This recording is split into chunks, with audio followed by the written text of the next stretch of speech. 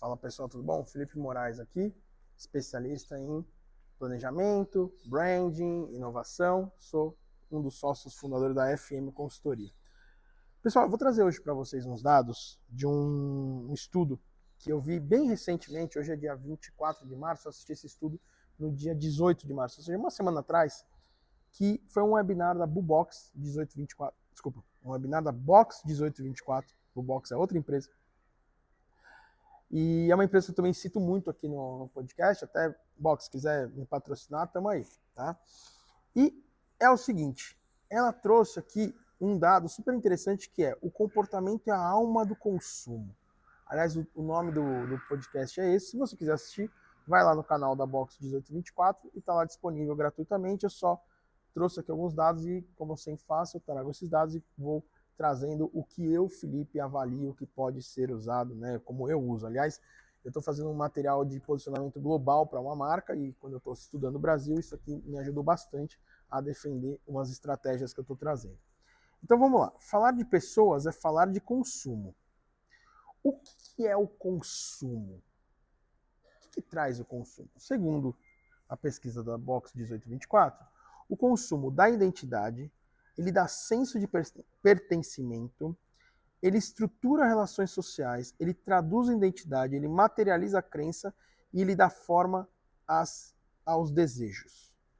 Então vamos lá. Quando eu consumo, então sempre dou esse exemplo, eu adoro essa marca, eu consumei essa caneta aqui. Me deu uma identidade? Sim, né? A Montblanc ela tem esse poder da identidade. Me deu um senso de pertencimento? Sim, eu entendo que uma caneta Montblanc não é qualquer um que tem, então eu estou num seleto grupo. Estruturou relações sociais? Será que com isso eu não vou ser visto de outra forma por pessoas de alta liderança? Traduz a minha identidade? Eu gosto de coisa legal, eu gosto de escrever, eu sou autor de livros, né?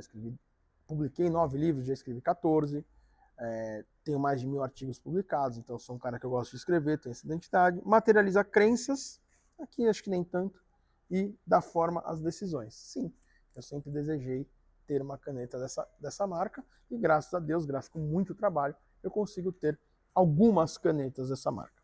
Tá? Legal. E eu estou dando esse exemplo, você pode falar isso para uma marca como a Nike, como a Coca-Cola, como a Rolex, cada um tem a marca que deseja, e espero que vocês consigam ter as marcas mais legais do mundo aí e consigam, através do trabalho de vocês, conseguir, né, esse desejo que vocês têm, vocês conseguirem comprar o que vocês desejam. O consumo tem significado, ele vai além da simples compra. Ele nos une quanto comunidade. Então, pessoal, o consumo não é só eu sair daqui e ir na loja da Montblanc e comprar essa caneta que eu mostrei para vocês. O consumo é eu consumir o conteúdo da Montblanc no Instagram, é eu entrar no site da Montblanc, é eu conseguir ler notícias da Montblanc, é eu ter o livro da Montblanc e eu conseguir ir me engajando mais com a marca, querendo conhecer mais com a marca. E quanto mais a gente conhece uma marca, mais a gente se torna fã dessa marca. Então hoje eu sempre falo, hoje eu tenho como marcas assim, das minhas preferidas, é a Mercedes, é a Coca-Cola e a Montblanc. Depois eu tenho outras num segundo patamar, como a Harley Davidson, como a Nike, a Boss, enfim, acho que essas marcas assim, a Apple, né, são marcas que eu admiro bastante e que de todas essas marcas eu consigo ter algum tipo de produto. Então quanto mais eu vou conhecendo esses produtos, mais eu vou gostando da marca. Isso é interessante quando você começa a gerar conteúdo, quando você começa a entender que o seu consumidor quer da sua marca, como é que você vai engajar ele através desse conteúdo. E aí o Rafael Rez, né, que eu já indiquei no outro podcast, indico aqui de novo, o Rez é um mestre para vocês aprenderem sobre isso. Então qual que é o mantra de 2026? A gente tem que pensar menos em consumidor e mais em comportamento. Quando a pesquisa fala que o comportamento nos une enquanto comunidade, ela traz 3 pilares dessa união: a expressão, o pertencer e a cultura. A expressão é a gente trabalhar as possibilidades que essa marca traz, os hábitos de consumo e questionar. As marcas estão na hora, já passaram da hora, na verdade, das marcas começarem a questionar as pessoas. Tem marca que está fazendo aí trabalha de consumo consciente, tem marca que faz sustentabilidade, tem marca que entra no ramo político. A estratégia de cada um, eu não vou aqui ficar falando quem está certo ou quem está errado. Quem fala que está certo ou está errado é o CFO da empresa. Então, se eu vou lá, faço uma campanha onde essa campanha é considerada lacradora, só que eu aumento em 30% as vendas, parabéns, fizeram certinho. Agora, se eu faço uma campanha que as minhas vendas caem, tem que tomar cuidado. Mas qualquer campanha, qualquer forma que você for de expressão, de questionamento. Estou falando da lacração porque é o que a gente está vendo hoje é uma coisa que particularmente eu, Felipe, não gosto e me irrita um pouco. Mas você pode fazer qualquer coisa. Você pode fazer uma campanha usando humor ácido e perder venda ou ganhar venda. Você pode fazer uma campanha trabalhando o medo das pessoas. Você pode vender ou não vender, né? Um dos gatilhos mentais aí que a gente estuda. É isso. Quando eu falo de pertencer, qual a comunidade que eu posso trazer para cá? Quais são os meus valores? As pessoas estão buscando muito marcas que estão atreladas aos seus valores pessoais. E quais as conexões que fazem? E a cultura? Quais os debates que essa marca trabalha? Qual é o cotidiano que essa marca vai me ajudar no meu cotidiano? Então, por exemplo, eu estou aqui, né? Agora são 2h da tarde e por uma série de coisas não consegui almoçar. O que eu vou fazer? Eu vou gravar mais 3 podcasts aqui, provavelmente umas 3h da tarde eu vou subir. Adianta ir no quilo aqui do lado de casa? Não adianta, já fecharam. Posso ir na padaria aqui perto, pedir uma comida, né, um prato feito, assim? Beleza, que eles vão fazer na hora? Ok, posso fazer isso, posso descer aqui na lanchonete, tem uma lanchonete muito boa aqui perto de casa também, posso ir? Posso fazer tudo isso. Mas por que também eu não posso pegar meu celular enquanto eu estou desmontando aqui as coisas do podcast? Eu não posso pegar meu celular, entrar no iFood e pedir uma comida aqui, daqui 15 minutos vai chegar aqui em casa. Então, essa cultura desse cotidiano, a tecnologia tem mudado a cultura, tem moldado a cultura. Então, isso é interessante. E aí, quais são as escolhas que o meu consumidor vai fazer? Então, eu também preciso ver. Então, os pilares são expressão, pertencer e cultura. Legal. Dentro desse estudo, eles também trabalham 3 perspectivas. Consumir sem comprar. O que é consumir sem comprar? São as pessoas que influenciam, são as conexões que eu faço, que eu posso comprar no futuro, são símbolos que esse consumo me traz, é a identificação, é a cultura e são as experiências. Quando eu montei em 2010 na agência, né, não fui eu, a agência que eu estava, quando a gente montou as redes sociais da Mercedes, a gente tinha clara noção de que 90% das pessoas que estavam naquela rede social, que estavam chegando naquela rede social, eles não tinham poder de compra da Mercedes. Porque a Mercedes é um carro elitizado, é um carro classe A, né? Enfim, tem uma série de coisas que eu não preciso ficar aqui falando, todo mundo sabe. Mas nós entendíamos que ali tinha uma grande parcela que poderia influenciar. Basicamente, quem? Tinha acabado de sair um estudo da Europa, que veio para o Brasil, esse estudo, que mostrava que a influência dos adolescentes de 14 a 16 anos no mercado eletrônico era muito grande. E aí eles pegaram esse estudo, trouxeram para o Brasil, fizeram esse estudo no Brasil e a resposta deu a mesma. Então a gente tinha poder desse estudo e começamos a projetar, será que isso não é uma influência? E hoje a gente consegue ver a influência que as crianças têm na decisão de consumo dos pais, né, por essas gerações. Quando, né, meus pais, graças a Deus, estão vivos, mas quando meu pai vai comprar um carro, ele liga para mim, ele pergunta, mas eu não tenho poder de decisão. Se ele falar para mim assim, eu estou em dúvida entre, sei lá, meu pai gosta de carro sedã, eu estou em dúvida entre o Corolla e o Civic, eu falar para ele que é o Civic, ele já quis o Corolla, acabou. Ele vai comprar o Corolla e acabou. Hoje, nas outras gerações, a geração mais da minha, assim, já é mais do tipo eu ligar para Fernanda e falar, Fê, eu estou querendo comprar um carro, você acha que eu compro um Honda ou um Toyota? E ela falar, né, influencia mais e as próximas gerações vão ser mais assim.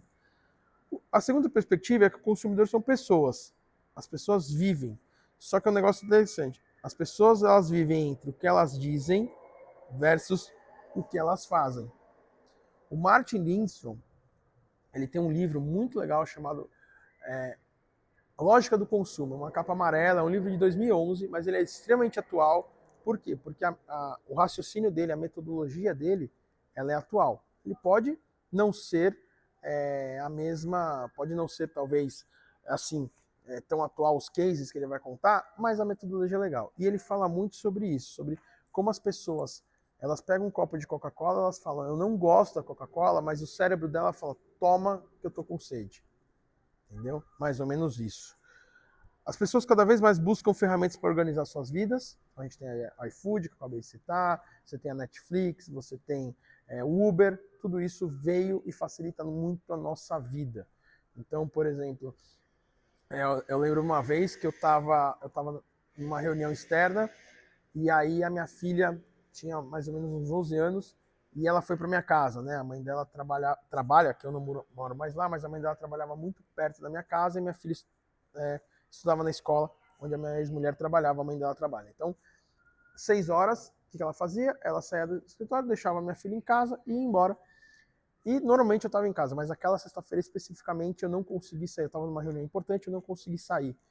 E aí a Fernanda me ligou e falou: pai, eu tô morrendo de fome porque eu comi pouco no almoço e tal. Eu cheguei aqui em casa e vi que não tem nada. Beleza. Liguei, cheguei pro pessoal da reunião, falei: pessoal, vocês me dão 2 minutos? Tranquilo. Peguei ali, ó, iFood, em 15 minutos, tava em casa, ela me ligou: pai, chegou, tá tudo bem, comeu, bonitinho, tudo mais e tal. E aí já teve uma outra situação também que ela estava precisando ir para algum lugar e aí não tinha como fazer. Aí eu liguei para minha mãe, pedi um Uber, minha mãe pegou o Uber, foi para minha casa, pegou minha filha para levar. Enfim, tudo isso facilita muito. Isso eu estou contando coisas do cotidiano para exatamente conectar com vocês, para vocês entenderem que com vocês também isso aí facilmente acontece, né? Cada vez mais as pessoas estão conectadas e o que as pessoas buscam numa compra? O seu benefício racional e o emocional. Fui lá no shopping, gastei R$600 numa calça jeans. Será que eu precisava? Porque se eu tivesse ido no Brás, eu teria comprado 4 calça jeans com esse valor, 5 calça jeans com esse valor. Será que eu precisava ter comprado uma calça? Mas essa calça é de marca. Mas as pessoas conseguem reparar. Então eu vou sempre numa compra, eu vou fazendo esse estudo do emocional e racional. E o marketing tem que trabalhar com isso. Terceira e última perspectiva. As pessoas querem tudo ao mesmo tempo agora. Hoje a gente vive numa era de múltiplos canais e formatos. O Hess, em outubro do ano passado, de 2025, ele deu uma palestra na SPM, eu fui, porque era ele e o Diego Ivo dando palestra, eu não ia perder, né, 2 feras dessas. O Ivo também é um cara que eu gosto muito, a gente tem uma boa amizade, que o Hess a gente tem mais. E ele falou o seguinte, que ele não queria ser CMO hoje em dia. Porque é tanto formato, tanto canal, tanta multiplicidade, que hoje é difícil você impactar as pessoas em tudo quanto é lugar. Mas as pessoas estão em tudo quanto é lugar. Então, se você tem verba, distribui e abraça o mundo. Se você não tem, foca aonde as pessoas estão mais. E não é, mas, pô, Felipe, eu vi que você fez um estudo, né? Você fez um podcast do estudo do Instagram. As pessoas estão usando o Instagram, então eu vou só pro Instagram. Num primeiro momento, sim. Mas se o consumidor está só no Instagram, porque às vezes você tem um consumidor mais velho que está no Facebook, às vezes você tem um consumidor mais novo que está no YouTube ou no TikTok. Então você tem que tomar um pouco de cuidado. E outra coisa também, não é só plataforma social, tá? Você tem o site, você tem que estar na mídia, você tem que fazer uma comunicação 360 graus. Por quê? Porque não há mais lealdade. O consumo, ele está líquido. E para ser relevante, você precisa estar nessa multiplicidade.